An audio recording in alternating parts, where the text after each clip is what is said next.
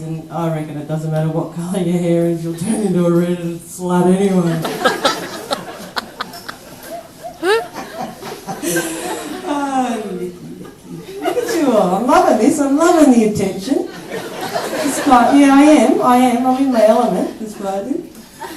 Now, one of the organisers spoke to me about a month ago and asked me to do this. And I said, yeah, I'd love to. And she goes, have you got any requirements? And I said, yeah, actually I do. I said, I'd like you to put me right up the front of the show, like at the front of the night, the beginning. And she said, why is that? And I said, can I have a show of hands of anyone that went to the last Avalon party? Yeah, there they are. They all get loose, really loose. And she goes, why do you want to go up the front? I said, because once everyone gets a few drinks, they don't listen. They just don't listen. And I said, whack me up the front, get everyone's full attention, and then I can get a bit loose later. But I wanted to say, it's interesting, you know, just living in Avalon and all the different people that come up to you, from your friends to people that know your face at school. And I'm going to pull this mic out. And they, oh.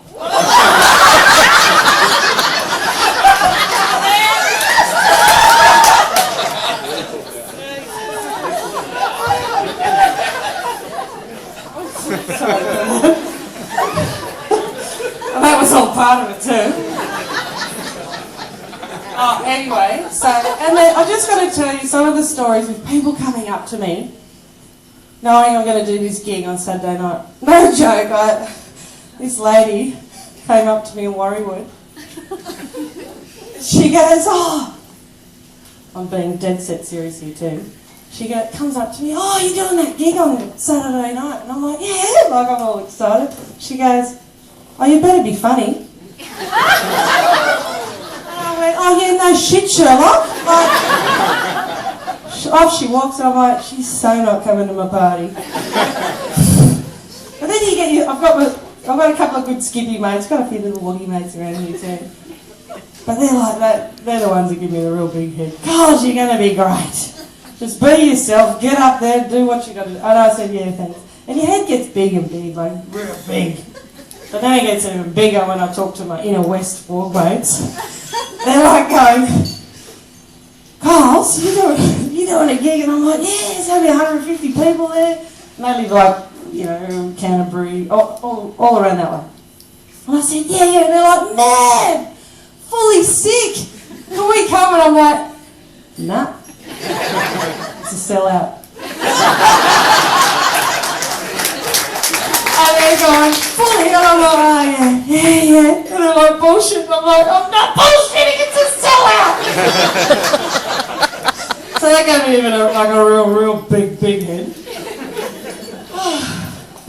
Because I can tell you now, lucky those of my inner west wog mates don't have access to flexi schools, because they get this many people to a 5-year-old's birthday party on Sunday.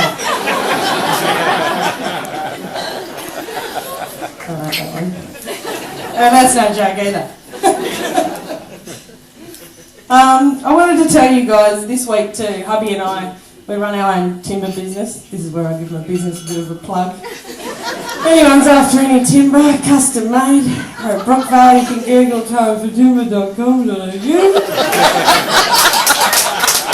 Everything's unique, rustic. I know everyone's into this rustic stuff.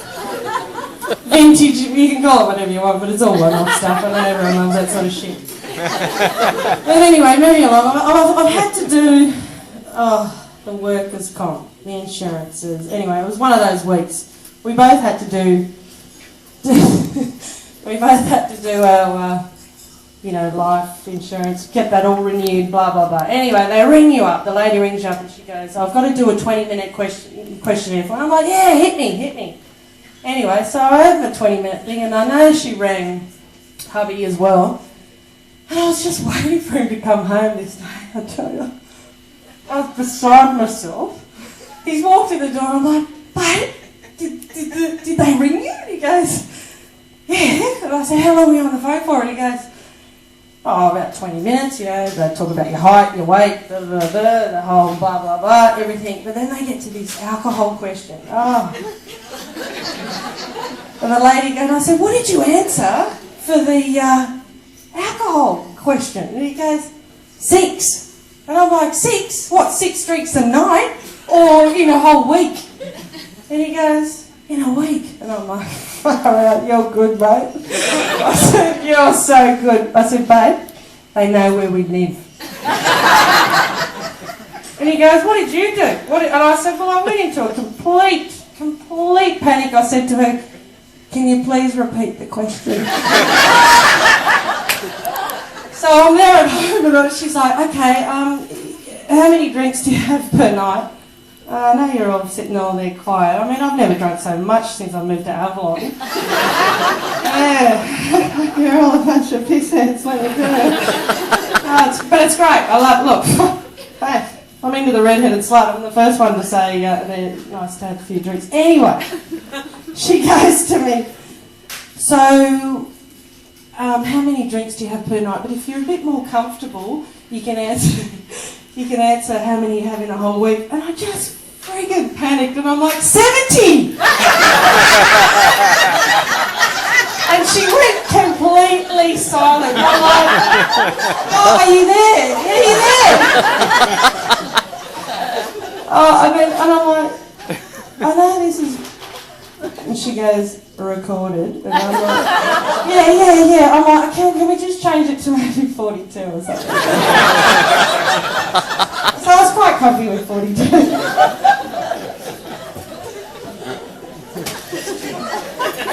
Oh, and that's no bullshit either. Anyway, we're at the renovation stage. That's funny because we've been doing it for bloody 10 years. But anyway, that's okay. That's cool. Everything's cool. So I'm at, to be honest, this is a few weeks ago. I'm not sure if Amber Tiles had the answer this day, but anyway, the kids are at school, hubby's at work running the Time for Timber business down at Brookvale. And he gets me to say, babe, can you say Brookie? And I'm like, no. And I'm like, okay, Brookie, yeah, Brookie. Anyway, so I'm at Amber. I'm at Amber Tiles at Vodavale. Young bloke helping me. Fantastic. I'm like, mate, need some bathroom tiles. I'm all cashed up and feeling really loaded because I just sold my car. Feeling really loaded. I'm like, give me the top of the range, mate. Hubby's not here, let's just talk. And he's like, okay. So I said, well, I'm really into the travertine. So anyway, I gave him all the measurements. And he's behind, I don't know if anyone's been to Amber at Mona Vale. You know you know the whole, you walk in the back way. You walk in the back way, there's a car park, and then you come in and then there's a beautiful showroom. There's the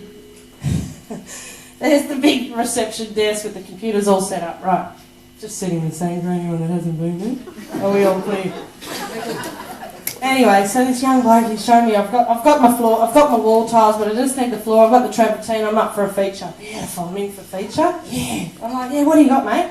And he goes, you're the easiest customer. And I'm like, oh, thanks, Tom. And he goes, yeah, you just go, yep, that's it. So anyway, we're at the desk. And he goes, I'll just get a few details. And then all of a sudden, my stomach goes,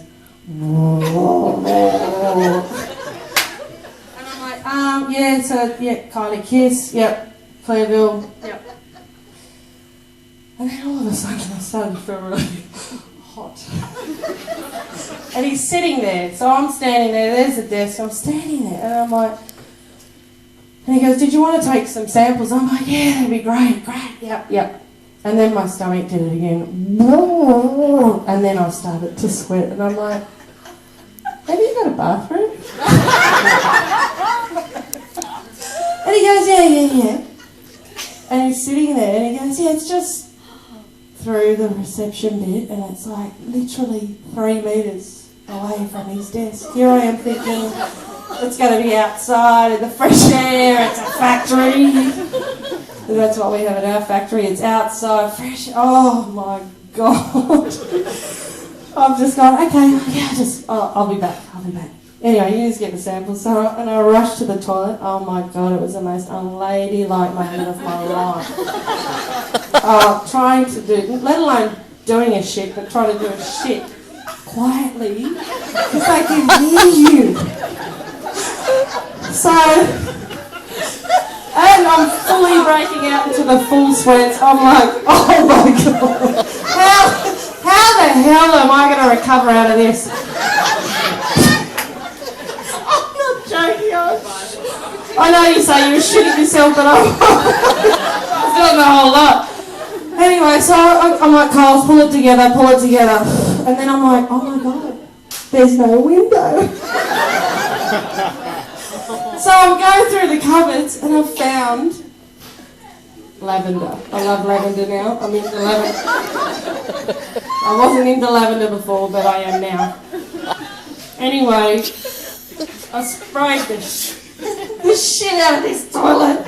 I walked out, pulled myself together, smelling like lavender crush. Oh yeah, the whole aroma around myself, and I've gone, oh Jesus, anyway, I'm like, hey, how's it all going with the samples? But I didn't want to go too close, and I'm like, how's it going with all the samples? And he's like, yeah, might be in a sec. And in walks Des Hasler and his wife. Now, you guys, I'm not into the Sea Eagles. We are mad doggy supporters. So, Lavender Crush. Stop it. Cut it out. Shh, it's my show. Anyway, so there I am. And then I don't know what came over me. Des has walked straight past me and his wife. Lovely. She's lovely. And I don't know what came over me. Lavender Crush had to just yell out, Des!